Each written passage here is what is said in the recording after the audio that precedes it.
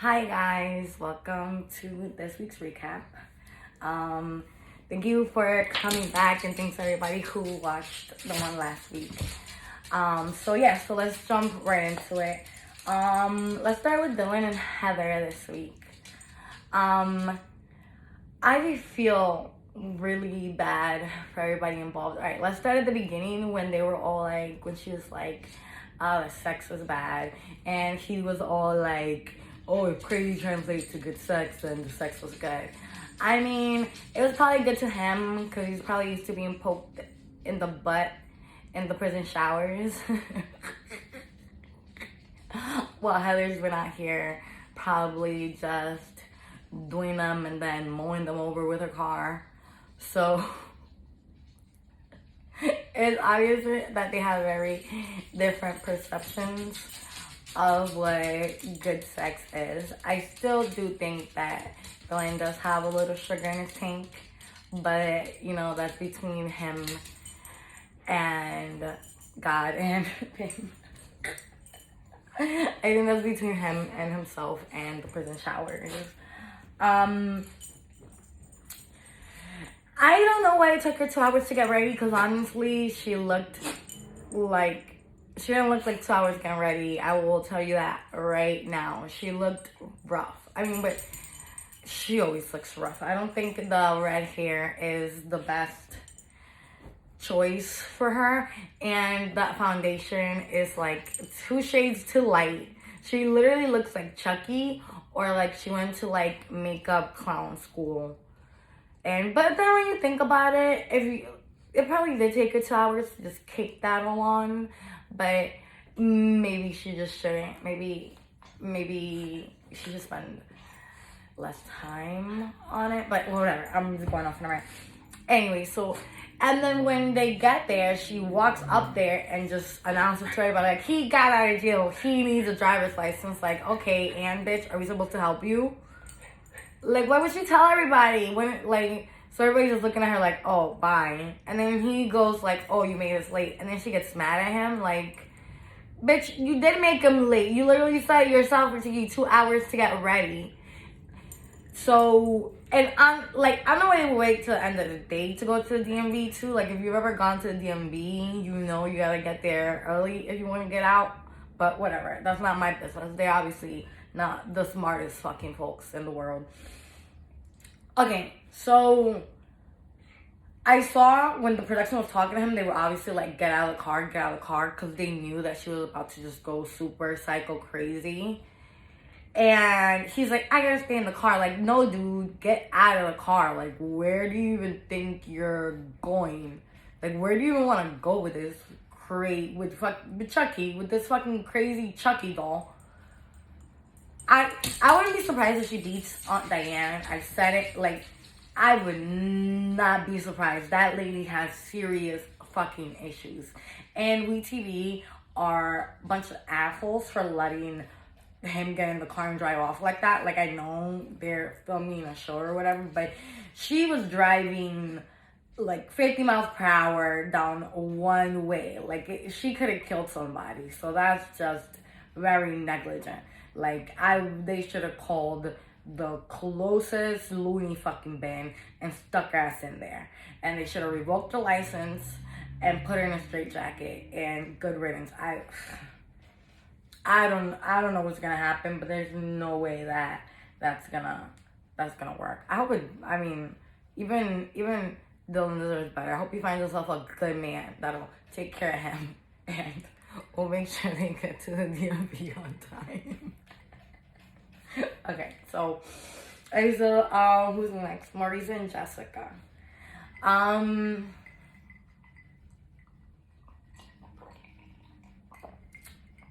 They were looking at wedding venues, but last I heard, he only had $1,000. So who exactly is paying for this venue? Ooh, and was it just me? But wasn't that last venue they looked at the same exact place that Colt and Larissa got married at in 90 Day Fiance? I don't know. I just saw it and I just kind of like made the connection. I don't know if it is, but it looks alike. Yeah, that was horrible. They're touring wedding venues. I don't know who's paying for this wedding. I don't even think they should have. I don't think they should even be worried about a wedding. The man don't even got a job. The man even filed a single wedding application, a fucking job application, and he is looking for a goddamn wedding venue with a kid on the way. Last I heard, all he had was $1,000. So how exactly is he gonna pay for that wedding, or is Jessica gonna pay for that? I don't know. I don't know what's going on. But they're looking at wedding venues, and she looks like shit. She looks sweaty. She looks like he's been dragging her around Vegas. She looked tired. He's looking at every room like he's in Disneyland. Like, I mean, I guess it's really easy to impress somebody who ain't never seen nothing. So there's that. And then that proposal too. Like, I feel like they got to the end and he realized, like, hey, I only got $1,000 and I already spent it on this ring, so let me just propose here. So at least he can get something out of the place for free. But you know, whatever. Congrats. Whole thing is just sad. Looks like it smells like mayonnaise and her father's tears. Oh Lord, I can't wait to see that wedding. I hope that wedding is in the next episode, because you know it's gonna be ghetto. Alright, so Destiny and Sean, so Beetlejuice and the short bus. So yeah, so it looks like she's gonna be getting 7 years, and I don't know about y'all, but me personally, I love to see when the justice system actually works and does its job. I don't know what the fuck she's crying for. I really don't know what she expected to happen. And then she's always like, why don't they try to really rehabilitate me? Like, bitch, they tried. You ran away. This is all on you. Sometimes the chickens come home in a roost, bitch, and these are your chickens. Stupid as Sean is out there like, oh, I'm still gonna marry her. I still wanna marry her. I'll wait 7 years. Like, if bad decisions had a face, it would be Sean's. If stupidity had a face, it would literally be Sean's. Like, mind you, he was with some other bitch for 20 years and she ain't got a ring, but he's willing to wait for dusty, crusty ass Beetlejuice for 7 years. But whatever, that's not all of it. Whatever. So they had a nice al fresco lunch of, I don't know, macaroni salad, whatever it is that people would like to eat. And then he decided to take her on a river walk. I personally never been on a river walk. I come from a farm in the Dominican Republic. I'm not that outdoorsy these days. You know, if I wanted to be outside, I just go back. You know, but yeah. So they decided to go on a river walk to the first place they saw, and the whole time he's telling her all this stuff that he loves her, and she's like rolling her eyes. She's just like, she cannot believe that she herself cannot believe that this man is as stupid as he is. And honestly, neither can I. I mean, pretty sure none of us can believe this guy is as stupid as he fucking is. But he proposed to her, and like her face is just like, she was like disgusted. Like, she was literally rolling her eyes. I don't think I've ever seen anybody roll their eyes during a proposal in my life, in my whole entire life. It's sad. It's really sad. I especially feel bad for, what's baby mama name? Kelly or whatever. You imagine spending 20 years with this slow, turd. And you have 6 of his children, 6 of them. Not only did you have sex with them 6 times to completion, you carried his seed inside your womb and stayed with him for 20 years.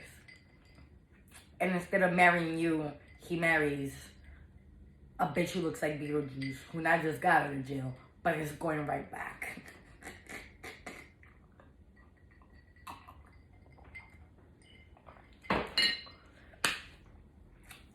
That's probably around the time where I would be registering for a gun. Or just, I don't know, just buying one on the street. One of those gun shows where they don't check. And yeah, no.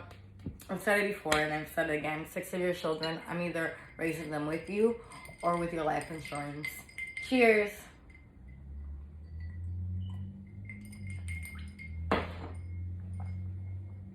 Okay.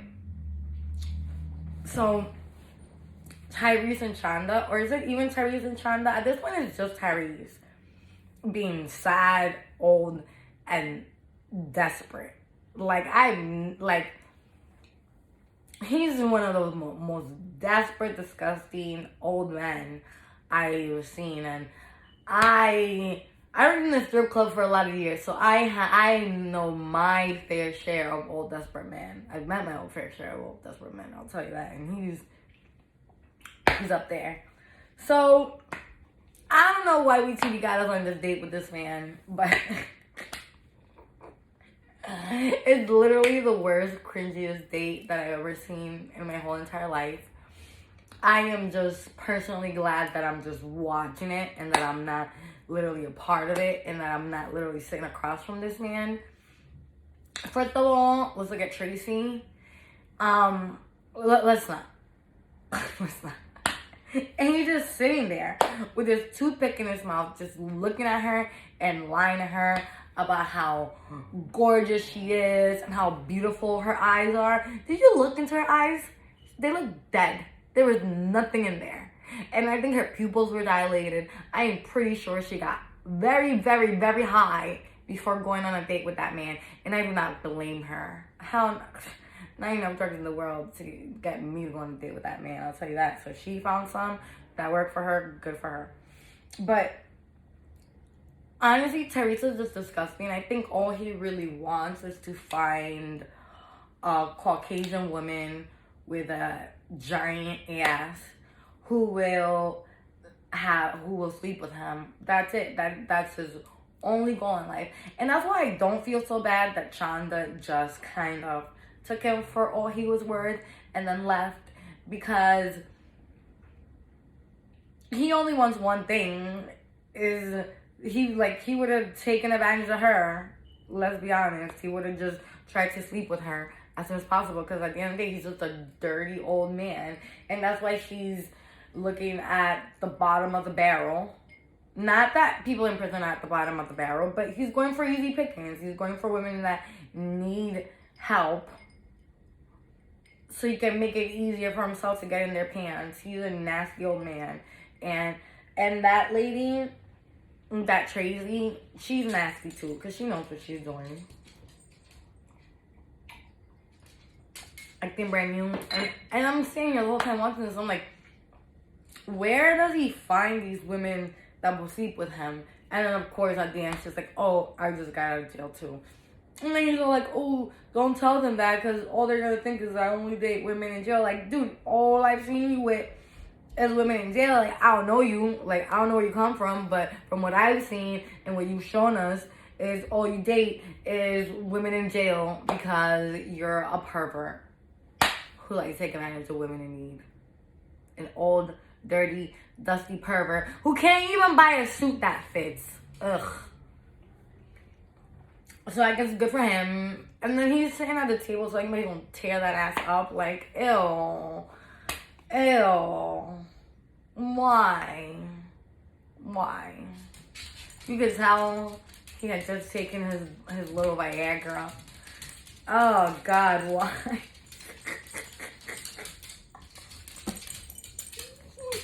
And was just ready to go in. And the whole time I'm just like, yo, why does he's eating dinner with a toothpick in his mouth, and the whole time I'm just like, yo, I hope to, like, why doesn't he just choke on it? Why doesn't he just choke on the toothpick and save us all? Me, Tracy, the rest of whoever's watching this show, and just like choke and just die and just give it a rest. Okay. Quaylon and Chevelle. So let's start with Chevelle pretty much begging this man to stay, to not go anywhere. Like, that's just sad. And then she dropped her daughter's name. Like, that's supposed to change anything. Like, that's not really his child. He's only really known the kid for a couple of weeks. Like, you can't use a child that the man barely knows that belongs to somebody else over his head. And just like the begging is just sad. Like, let him go, girl. He's not that much of a prize. You bought him a car. Just sell the car and buy yourself something nice. Like, that's just dumb. So then they have him show up to his house in a full yellow outfit. Did y'all peep the fit? He had the bright yellow pants and the bright yellow shirt.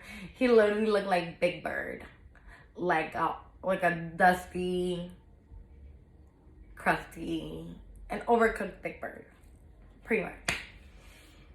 And the little segment of him, about him talking about his appearance and how his appearance is so important to him.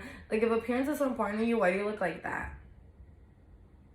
But, okay, so I have a big problem with Quaylon's mom because she just comes off as so delusional to like a certain extent. And I don't know what is so wrong with Chevelle. Other than the fact that she's too trusting and kind of an idiot. Like, his mom is on this warpath to basically get them to break up. And I don't get it. Like, your son spent 12 years in jail. Literally 12 years in jail. And you really want to beat on the one person who is really supporting him after that. Like, the girl bought him a car. Like, you literally cannot find somebody more loving or as open to loving him as Chevelle is. And then they just shitting on her.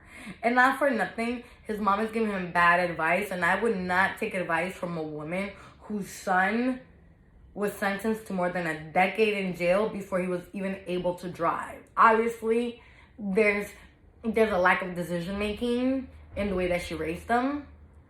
So maybe it's time for her to let him be a grown man, because unfortunately, what you didn't finish raising him, the prison did. And now look at us. Now we're here watching him on TV be an idiot and a failure. Fuck that.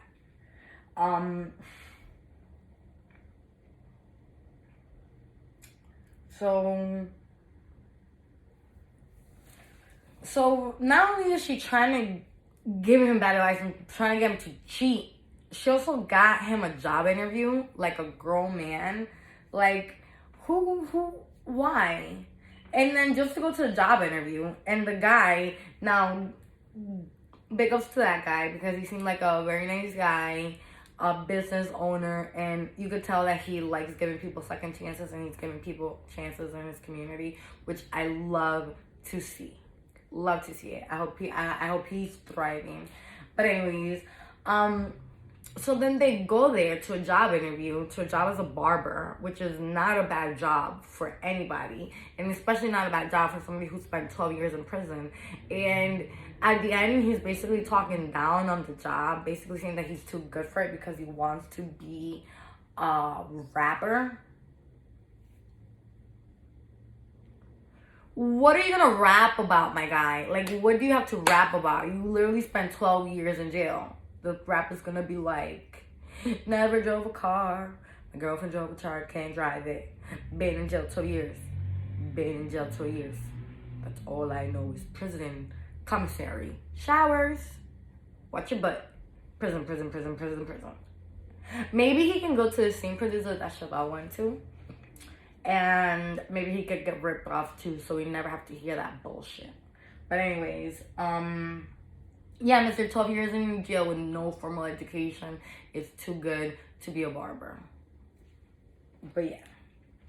So I guess the last couple of the week, this week was Christiana and John. What is there to really say?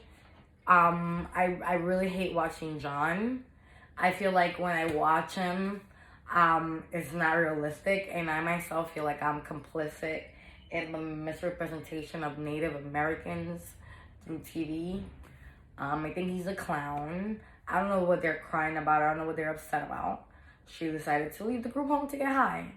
Now she's, now she has to go back to jail. She knew that before she did it, because the whole season she's been talking about, if I leave, I'm going to go back to jail. If I do this, I'm going to go back to jail. Going back to jail. So the whole time, right, she knew if she did this, she was going to go back to jail.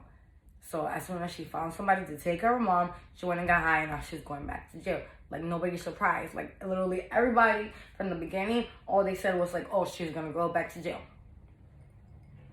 And now she's going back to jail. And now we're surprised. And now there's tears. And the violins are playing.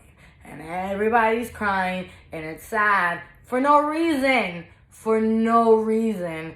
Because everybody told her that she was going back to jail. Everybody agreed that she was going back to jail. So I don't understand why all the boo-hoo crying and the tears. But whatever. Maybe she needs. I don't give a fuck what she needs. Just she knows she's doing. It is what it is. But I think that's it. I think that's all the couples from this week. Thank you guys for watching. Come here. Say hi. Say hi. Thank you guys for watching. Shall we?